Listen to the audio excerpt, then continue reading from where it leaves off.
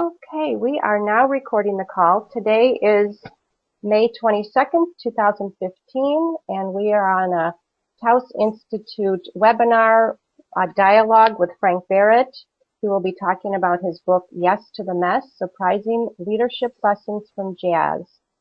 This has been part of a 3-week-long online dialogue series around this book that we have done on our Taos Institute online learning community, and we invite all of you to continue this conversation online after the webinar today. And you will see on the slide, the link at the bottom of the slide that you're viewing has the taoslearning.ning.com website link, and we can all go there and continue this conversation. Right now, I would like to introduce Frank, who is a Taos Institute associate. He has been for many years. And Frank is Professor of Management and Global Public Policy at the Naval Postgraduate School in Monterey, California.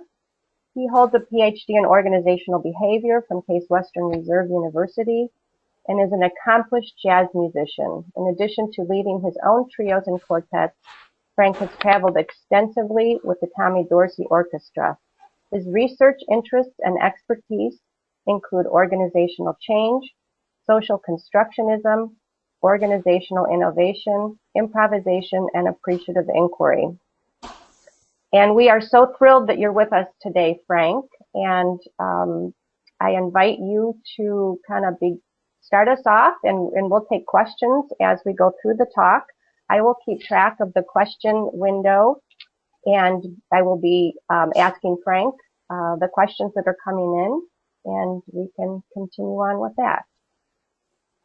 Thank you so much, Frank. I'm going to hand the microphone over to you, and I'm going to turn off my my video. So just to be clear, right now you're looking at the Taos Institute slide. So if I shift over to this other one, will you just verify that we're all looking at the same slide, Dawn? Yep. Great. Okay, wait a second. Clicky, oh no, I don't want to lose, okay. It's just a little tricky. I'm trying to change, I'm having trouble getting my slide up here for some reason. Okay, let's see if this one works. Okay, how's that? Can you see my? Perfect, we can see your slides. Okay, and so you'd be looking at slides, not me, correct?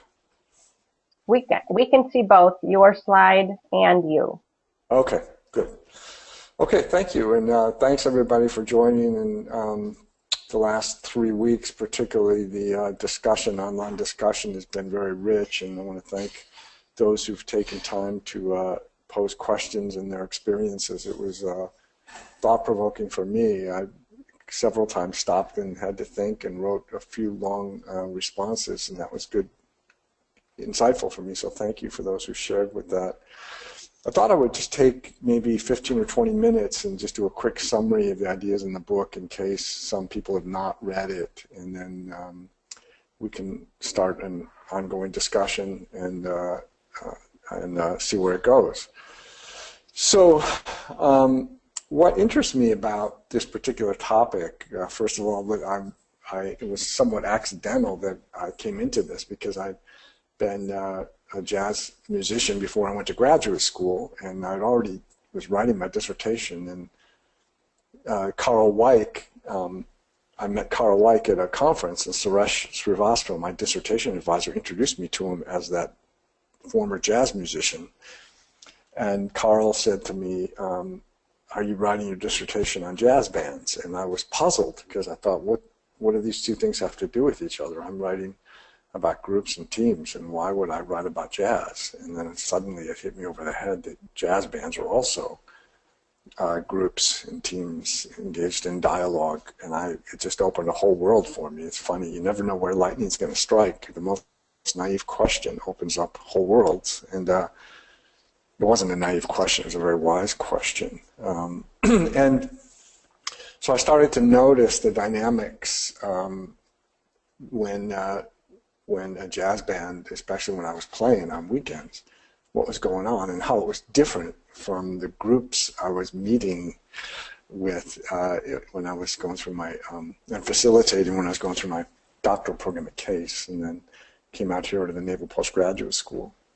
So what interests me in this theme is how can we nurture environments for mutual learning and support and bring out the best in each other, because jazz bands are pretty good at that. At least that's what they aim to do. I think a couple of things I want to set this up, and one of the themes in the book is that I think we have an unfortunate way to talk about creativity and an unfortunate way we talk about leadership. They're misleading narratives. We talk about creativity as if it's an individual gift, as creative geniuses are born, or even as if creative genius is made, as if it's an individual achievement. And the same thing with leadership. We talk about individual leaders as if they're these terrifically gifted people. Just look at the way we talk about Steve Jobs now, and you know, and used to be Bill Gates, or it used to be Jack Welch. I think when we miss a lot when we glorify the individuals. In fact, creativity is a joint achievement. It's almost always a relational achievement. And even if you looked at, you know, the great Thomas Edison, who was hailed as the genius of the 20th century for all his discoveries, really what he was doing was facilitating a good jazz band. He was putting together these really interested, exciting, excitable young tinkerers and putting them together in New Jersey.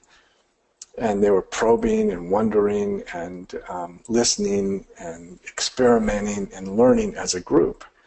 And all of the inventions for which he was credited were really social achievements and the result of lots of experiments and mistakes and trying again and again. And that's exactly what jazz bands do. And if you think, even of what the role of an executive in today's fast-changing world, high-velocity environment, what goes on with executives and jazz musicians is really similar. I mean, if you think about this description, that you are in public, you have to take action in a high-velocity environment. There's no way to predict whether or not your actions will lead to success or not. And there are several inputs, and it's equivocal because there's several different ways you could interpret the messages that are being thrown at you, with no guarantee that whatever action you take will be successful. However, you do need to act, and it's in public, so you can't take it back. And you're in a group where everybody's in the same, facing the same challenges. That's what jazz musicians do, and it's also what executives do in this fast-changing world of social media. So what can we learn from jazz bands? And I think these are the questions that really interest me, because what jazz bands do is, you know, usually we think that learning is something you do first and then you execute. You get all your mistakes out of the way, you learn, you master something, and then you go out and execute it. But in fact, isn't it possible to be performing and learning simultaneously? We don't usually talk about those things as simultaneous acts. Well, jazz bands do. They're experimenting and learning simultaneously and trying to achieve a reliable performance while they're in the midst of experimentation in the face of the unknown. So how can we create conditions that can maximize this learning by doing? Because I think there's some lessons we could apply. And I think if we looked real closely, this is happening in non-jazz contexts. In the book, I use several examples of organizations that are doing some version of this. And we had a great discussion over the last 3 weeks online. And if you think about it as well, the other reason I think jazz is an interesting metaphor for our lives is think about how many quote-unquote leaderless, non-hierarchical movements or organizations are are coming to birth now. You know, Wikipedia is really a collective improvisation with no authoritative leader making decisions. It's not a command and control system. You think about Occupy Wall Street or the Arab Spring, this sort of spontaneous growth of organizations where leadership is distributed. And there are now increasingly organizations where this is happening too, and I could say more about that in a moment. But I think it means we're moving away from this image of organizations as bureaucracies to something flatter, more participative. At the same time, I think we're moving away from this notion of leaders as great men and looking more towards collective efficacy. I think of, for example, the great work done by Boris Groysberg from Harvard Business School.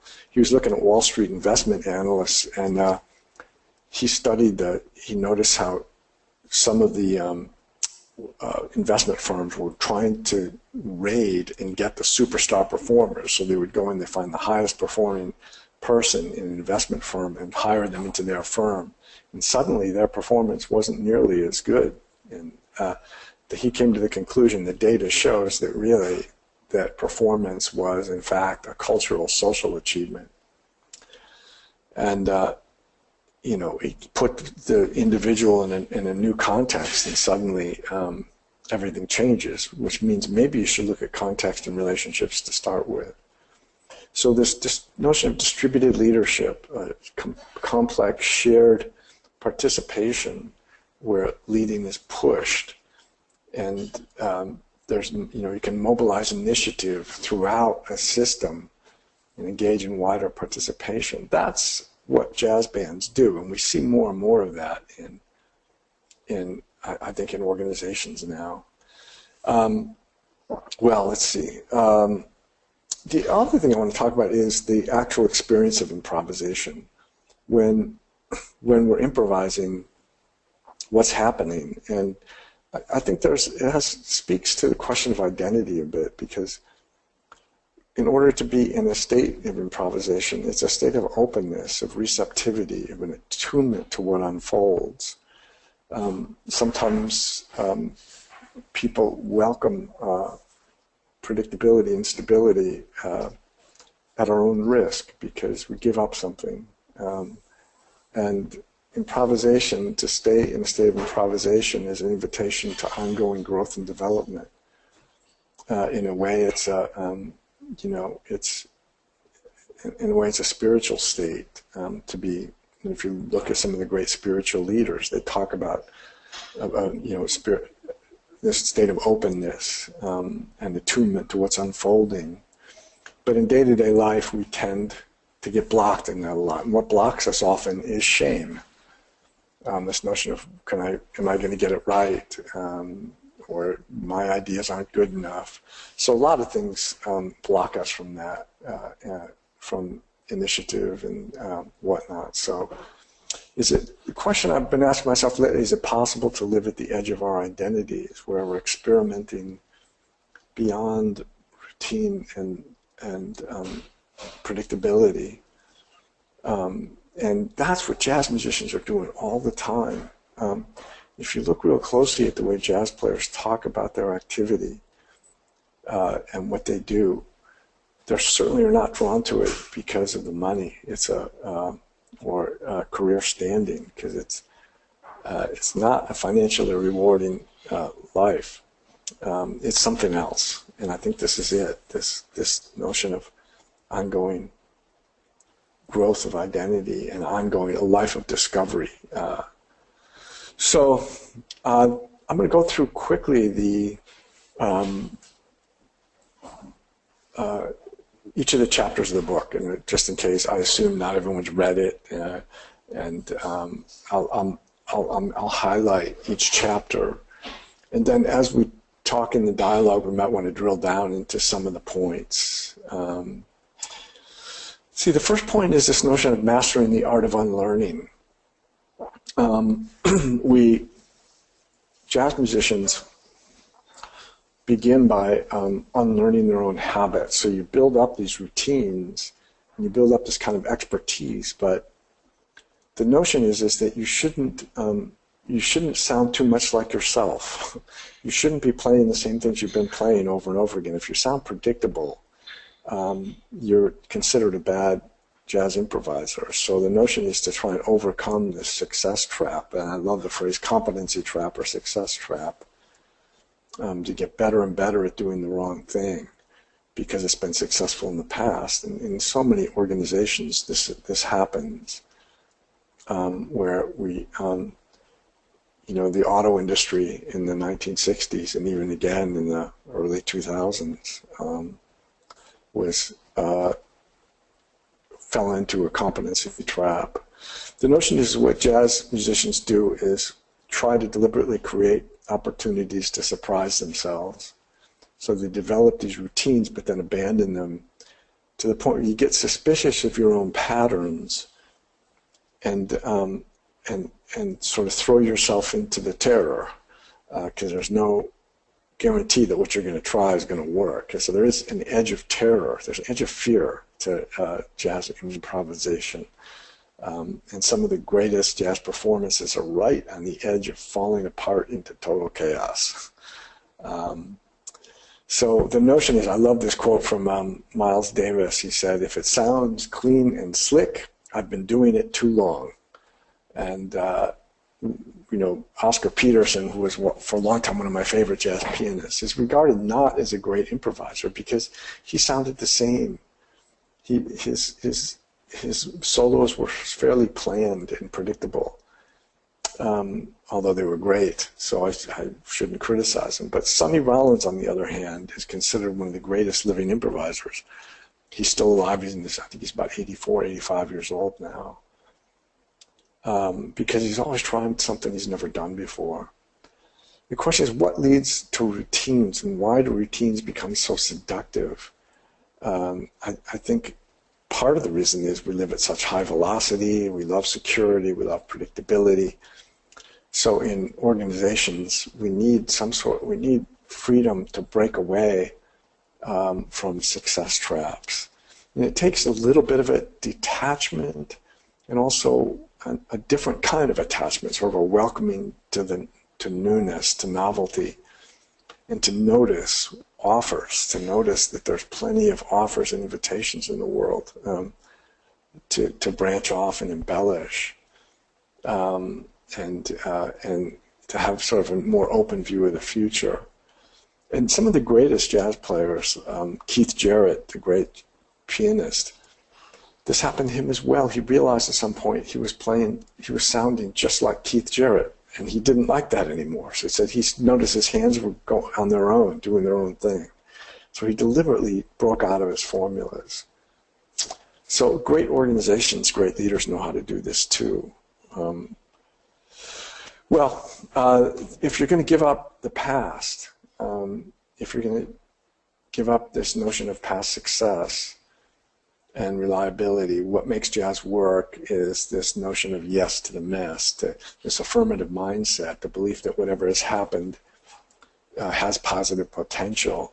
If I pay close enough attention to what's going on and just leap in, it'll go in a positive direction.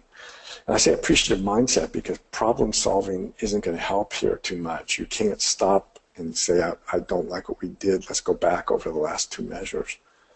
What's needed is this affirmative mindset, this notion of something positive can emerge. And I know several of us are appreciative inquiry believers. So this is right in the same category as appreciative inquiry. It's sort of this openness to the immediacy of wonderment. And the notion is there's a risk, of course, but risk is an inherent part of learning. It's an intrinsic part of learning. And any real learning that happens has some risk attached to it. And I think, and by the way, let me say one more thing about this before I go on. It's a full-bodied immersion. It's not just your mind making an affirmative move. It's, your entire body is engaged in activity when you say yes to the mess. In that sense, it's a very pragmatic view of learning. And where means and ends and context all come together. If you look at photos of jazz musicians, by the way, they're totally engaged in their task. And I said earlier, what keeps us locked in routine often is a sense of shame, the sense of not wanting to make a mistake or worrying that we'll be seen as incompetent somehow. So jazz musicians are always in dialogue with this voice of shame. And shame drives out improvisation. You can't feel shameful and also improvise. Those two things don't go together.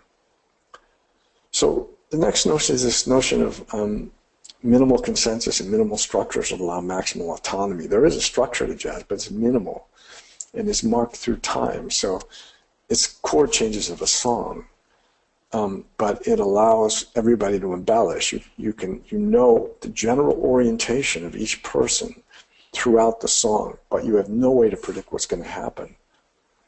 And again, think about applying that to organizations. If we just had just enough consensus, total consensus is as damaging as no consensus. You don't want complete agreement. You want just enough agreement on just the right things, just enough rules.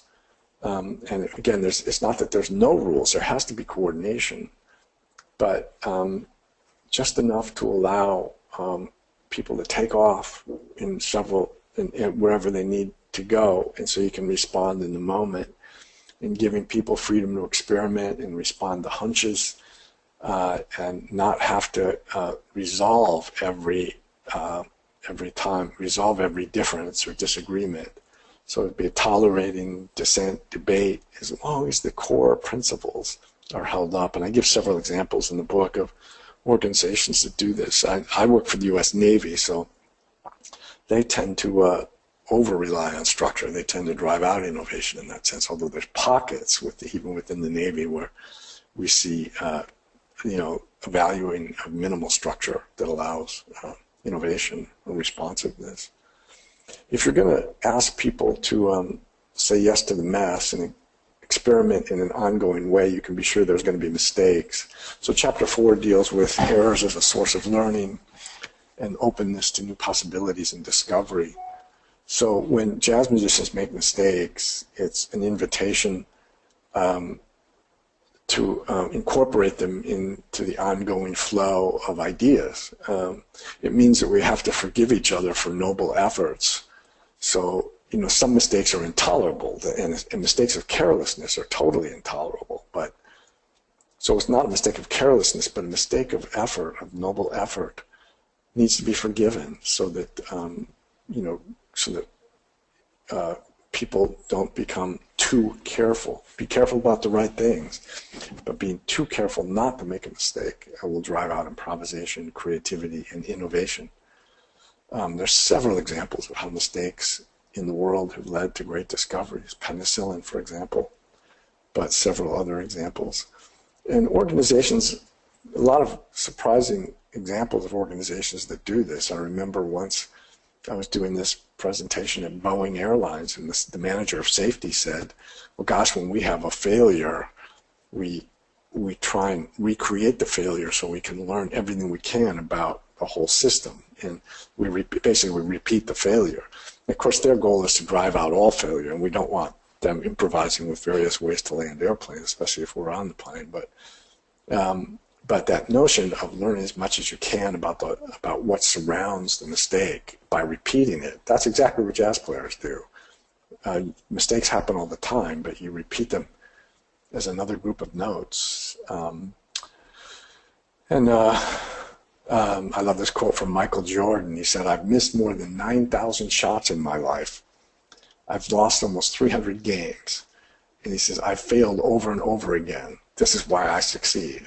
It's a paradoxical statement, but it's a good one.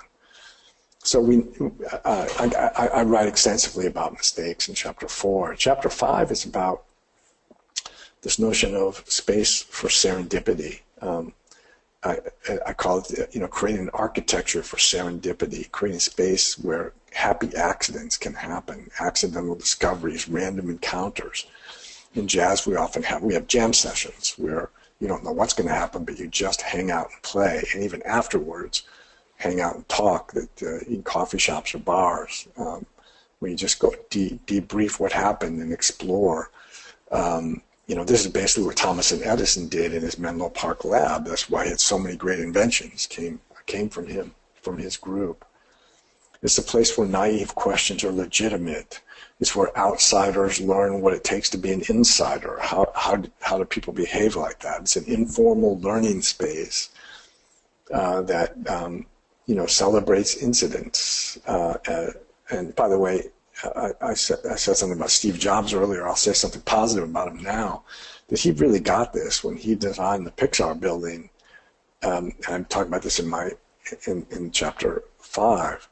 Designed it deliberately so these introverted engineers would have to talk to each other. Created public space where people had to speak with each other. So hanging out and talking among, with no agenda and creating space for that is really important. And organizations would do well to take that seriously and get better at that. Chapter 6, alternating between soloing and supporting, is actually becoming my favorite chapter. This notion that followership can be a noble calling. We usually talk about, we have all this literature on leadership, but not much on followership. And I think that we don't have models of what good followership looks like. And jazz does. We call it comping, short for accompany. This notion that your whole mission in life is to make the soloist even more brilliant, but to do so without your ego on display. So your whole purpose is to make that soloist star, to make him shine, or her. There's more and more women jazz musicians, I'm happy to say, to make him or her the soloist star. So you take turns, and you have to be good at creating this holding environment that supports others unfolding their ideas in real time. So you give each other room to experiment, to develop themes, to listen really well. And I call it generous listening. There's all this literature on active listening, where active listening means you're able to repeat back exactly what you heard. And this isn't exactly it. It's not just that. Generous listening means you not only are listening closely, but you're creating space. It might mean you're provoking occasionally. It might mean you're sort of pushing the soloist in certain directions because you can see possibilities, but it also means you're laying out and creating lots of space. So it's, I like that notion of followership as a noble calling, because we usually think, if you're not a leader, you're a failure. And I think we all know people like that. I remember there was a woman when I was in graduate school at Case. There was this woman who looked on the surface like she wasn't that bright. She was not remarkable in her writing or her speaking, but someone noticed. Someone finally one time said, "Did you ever notice when," I'll make up a name, Alice, I'll call her Alice. Alice doesn't say much, but when she's in the room, everybody is smarter. And it was really true. It seemed like people got more articulate when she was in the room. And so after that person said that, I started to notice, and what she was doing was asking questions. She would just ask questions and really listen. And sure enough, people around her became more articulate. That's a great example of comping. And it turns out she's very, very smart, by the way.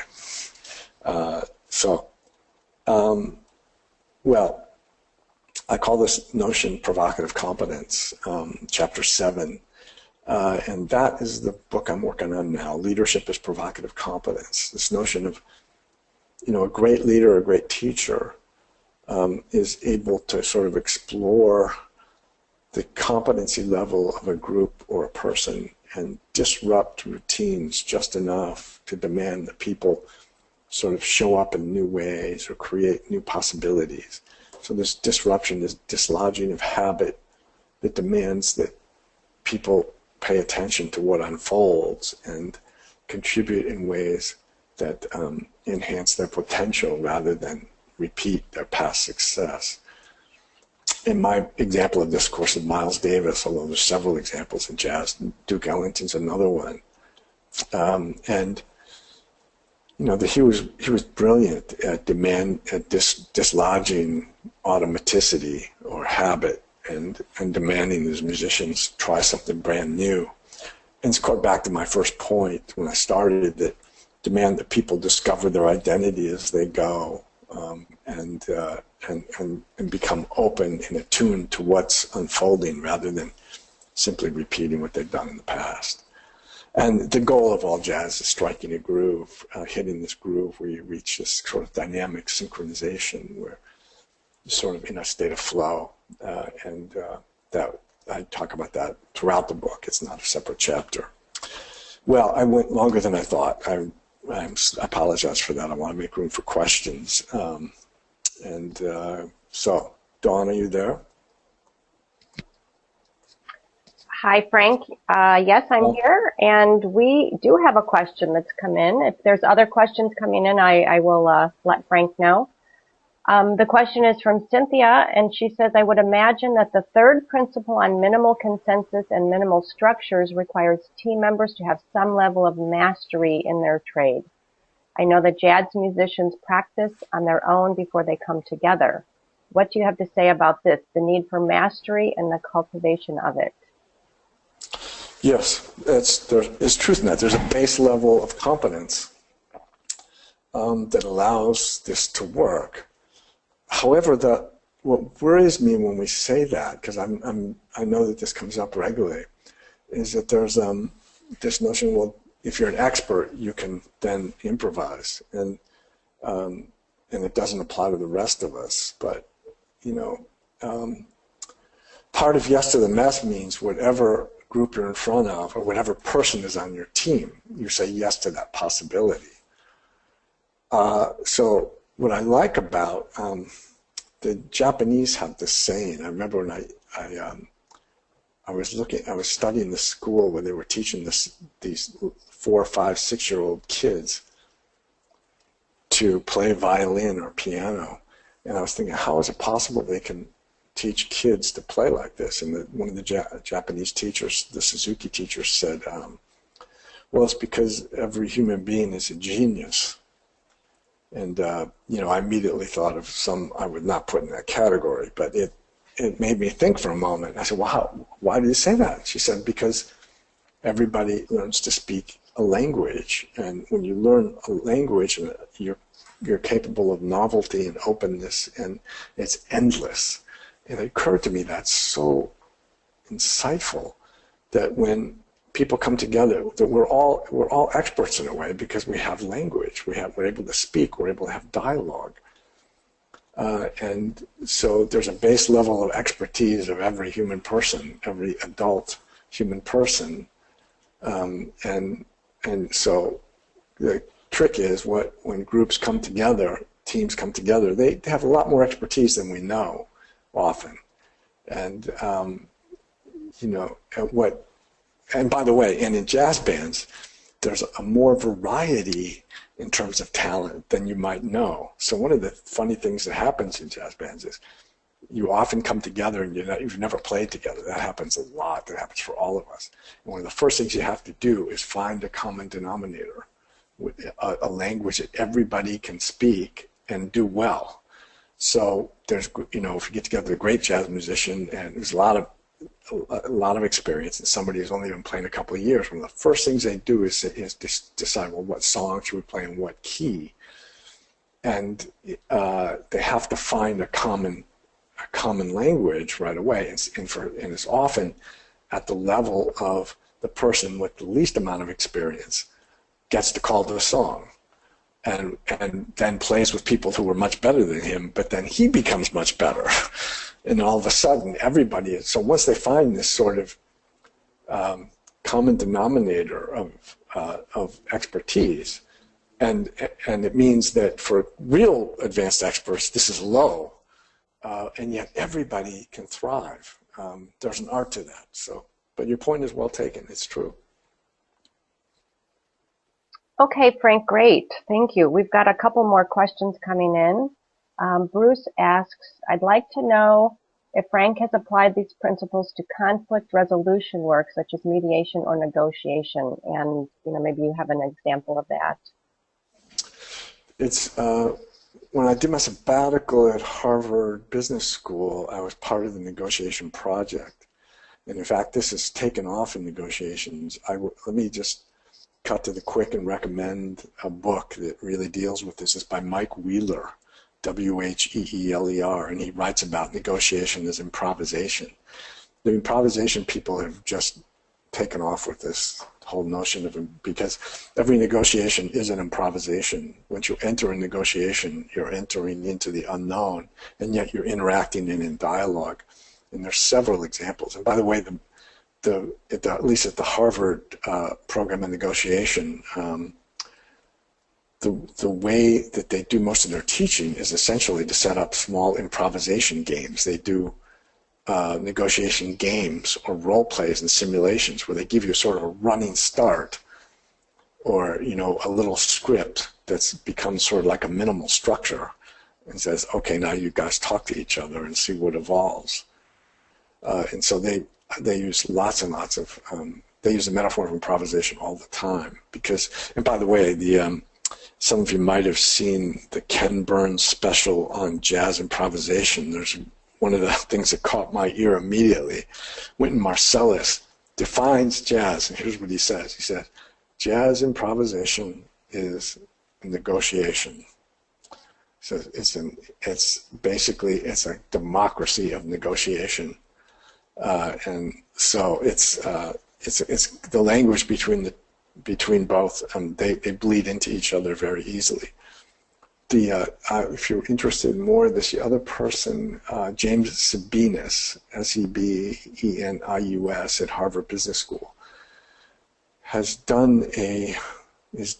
doing a look at the great negotiators, and he looks at, I'm trying to remember his name. I'm sorry, I can't remember his name. He looks at the guy who negotiated the agreement with in Afghanistan right after 9/11. Brahimi, Brahimi, and he talks about Brahimi's mastery of improvisation. And there's a video somewhere, I don't know how to get it at the moment, of Brahimi talking about what he did when he was in Afghanistan trying to negotiate a settlement. And it sounds just like a jazz musician talking about what they do. So. Okay, we've got another question that, let's see, let me get back up to it. Sometimes the hardest part is finding your personal genius. So it kind of goes back to what we were saying a little bit ago. Any advice on how to, look for the personal genius or find it? Yeah, it sure is, isn't it? Well, let's see. My first thought is, I think it's probably the arrow should go in a different direction. I don't think it works to say I have to find my personal genius and then take action. The arrow goes maybe in the other direction, which is I have to act even though I don't feel like a genius, and then discover my ingenious as I go. I think if jazz musicians waited until they felt ingenious before they played, they would be silent a long time. I think we surprise ourselves when we leap in and act first. And then, of course, you can create conditions that will enhance the possibility that ingenious contributions will unfold. And one of the conditions are this appreciative mindset is if you leap in and act, and then the structure is going to be retrospective. You look back on what happened and to make sense of it. One of the ways you can make sense of it to enhance genius is to pay attention to positive contributions. That's basically what appreciative inquiry tries to do, is to notice activity for its innovative potential rather than for its disappointment. I mean, if we look for disappointment, we'll find it. But if we can highlight positive contributions and positive potential, I think it creates the conditions for more discovery as we move on, and makes it possible to experiment and act as we go, even if we're not feeling brilliant at the time. Okay. Here's a question. How does yes to the mess work in a digitized business world? Well, I'm not sure what digitized business world means. It sounds like between numbers. Let's see. I think, I live in Silicon Valley, so that's where the digital revolution is probably felt strongest, or it's felt everywhere, but it's where a lot of it originated. People in Silicon Valley who work in fast-paced organizations like, well, it used to be Cisco was the one everybody talked about, but now it's Google and Apple, Facebook, all the billionaires who were younger than 30. It used to be only millionaires, now they're billionaires. They totally get this. It's not a stretch at all. But I don't think I understand enough about your question to say anything insightful, except to say that I think,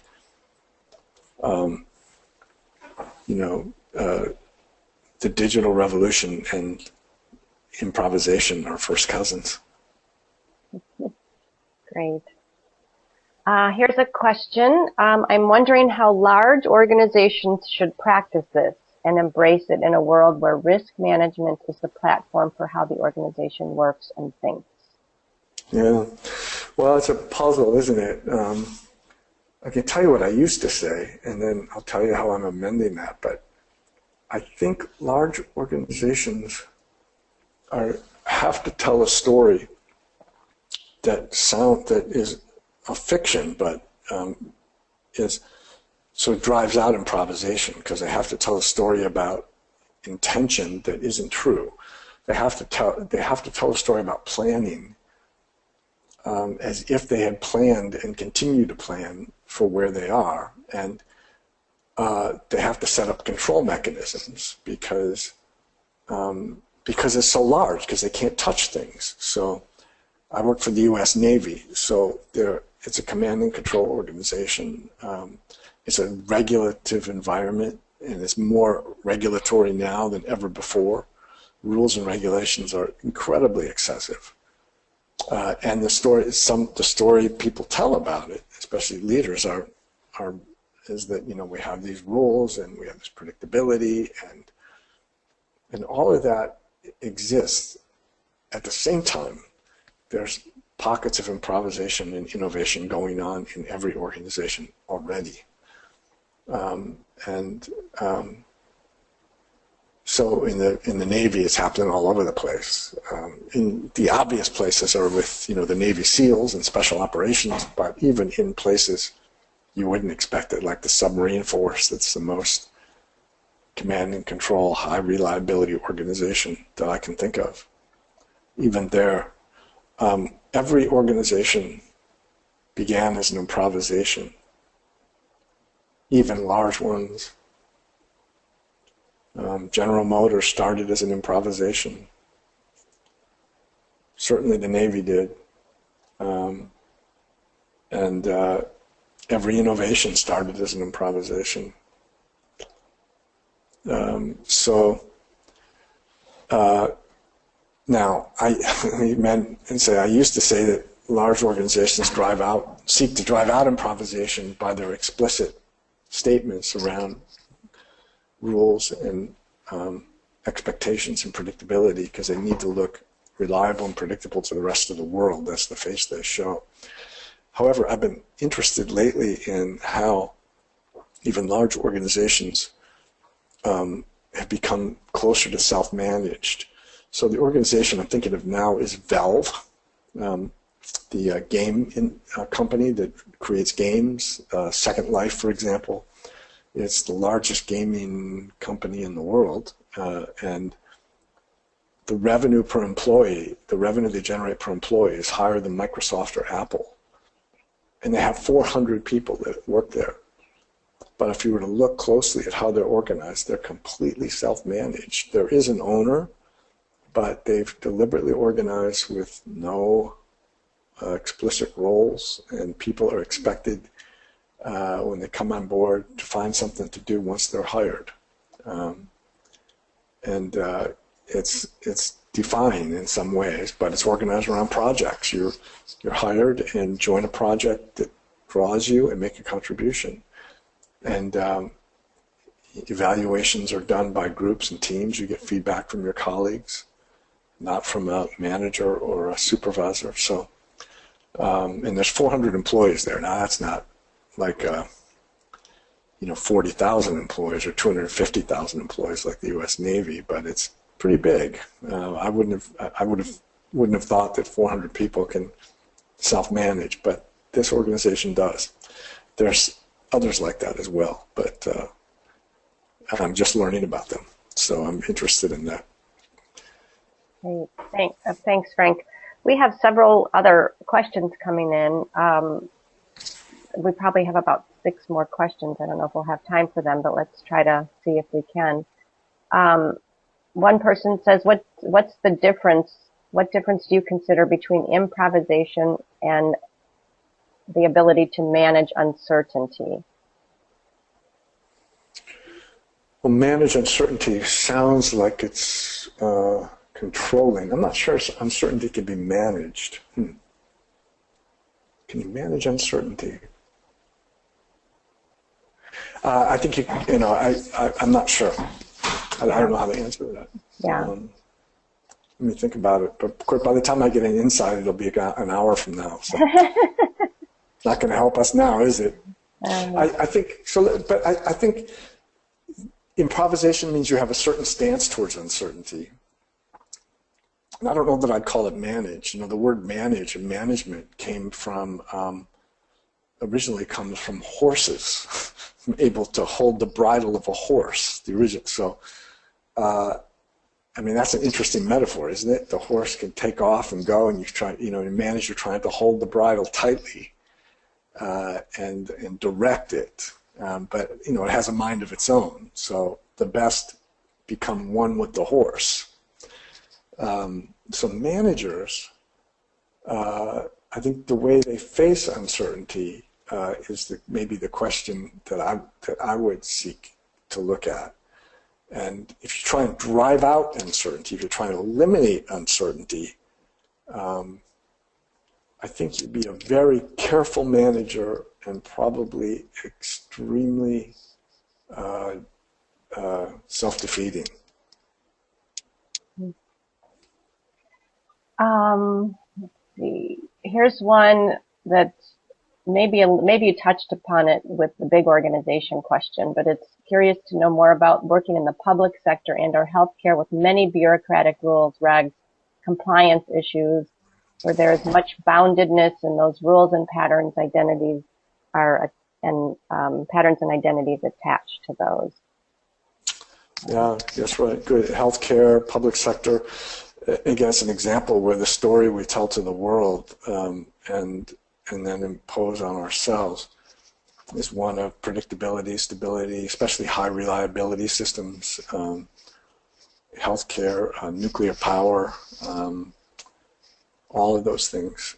However, once again, if you look really closely, you'll see there's experimentation and improvisation happening all the time, even though we either don't want to look at it, don't want to talk about it. The last thing you want is someone in healthcare who's simply obeying the rules. That's the last thing you want. If they're more devoted to the rules than they are to the patient, you're in trouble. And this goes all the way down to the worker level, right down to the line. I love this study by Amy Edmondson and others that done of nursing units and emergency rooms and operating rooms where one of the ways that they operate is to make sure that they learn by their mistakes, and they're morally obligated at the end of the day to share publicly what mistakes they made so that everybody can learn from it. It doesn't mean that every mistake is tolerated, but it means it's an acknowledgement that humans are trying the best they can in the face of a recalcitrant world that refuses to show up in ways that fit our categories of rules. And so they're learning as they go, in some cases, or trying new things and creating a kind of learning culture. It makes it safe psychologically to create a learning culture. But again, if you look real closely at what's happening, responsible members of all organizations, from physicians and healthcare, from physicians down to janitors in a hospital, they're mending rules and responding in real time. Take a janitor who's mopping the floor. I remember this story. He was cleaning the floor of a hospital room where the patient was in a coma, and his family member was in the room holding his hand, standing with him, and the guy went in and mopped the floor. But the family member didn't notice it and came out and sort of expressed a complaint that the floor hadn't been mopped, even though it already had been done. So the janitor, instead of responding with a rule and saying, no, we did it, went in and just mopped it again. He just, okay. That's an improvisation. He's not following the rules. He's responding to the moment. The last thing you want in a high reliability organization is people who only follow rules. Yeah, that's great. Great, thanks. I don't know what we want to do here. We've got a couple other questions, and we're nearing the end. If people can stay on longer, or if you want to stay on longer, Frank, we'll take your lead on this. I have a few more minutes. And you were starting to break up a little bit, which maybe the universe is telling us something. But go ahead, let's take one or two more. There's one here about that you speak about the powerful forces of shame and fear in locking people into structure and presumed predictability. How do you help groups overcome that fear and shame factor to unleash the improv and the possibilities?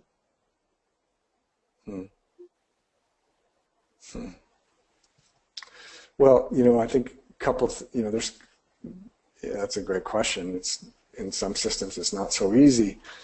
I think there's a couple of things. One is the simple act of brainstorming. I know IDEO, the organization IDEO, I'm having some reception trouble. Can you still hear me, Dawn? Yes, I can hear you. Okay, good. Design thinking has taken on some popularity lately, and especially the organization IDEO and others like it, to use brainstorming, where you say, okay, you create a timeout and say, this is a time to contribute all wild ideas and even the silliest ones, and make it okay for even silly things to be contributed. I think one of the things you could do is deliberately look foolish.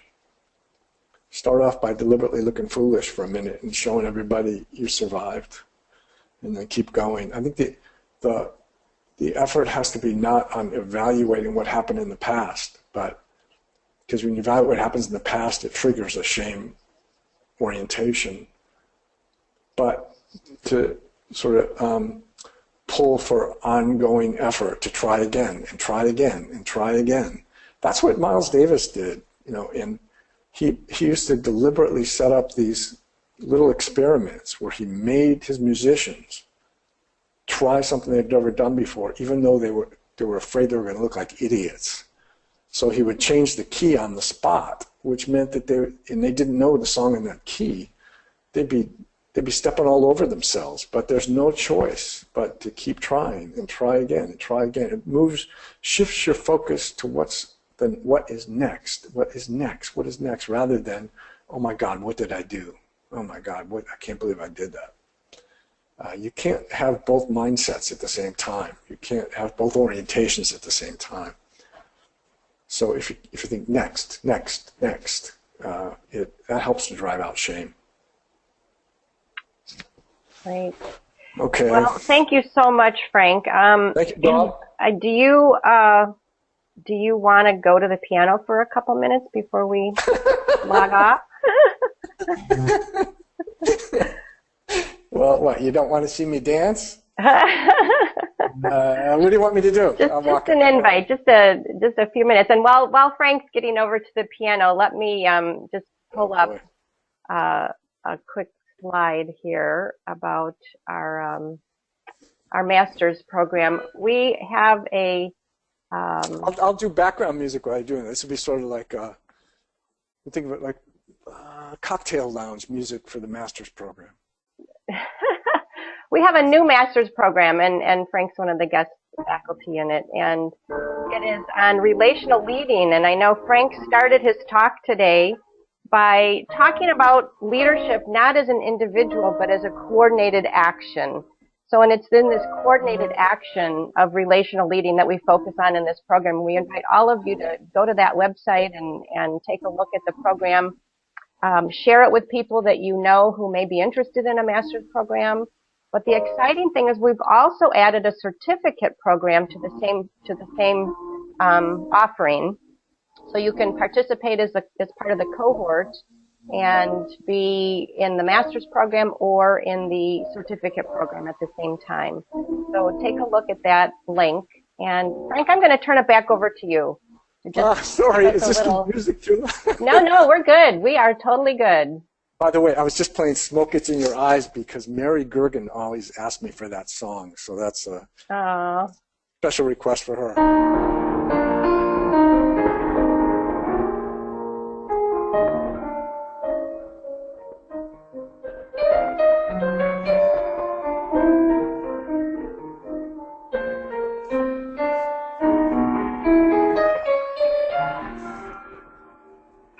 Okay, thank you, everybody. It's been a pleasure. Thank you, Frank. Thanks so much. Thank you, everyone, for being here.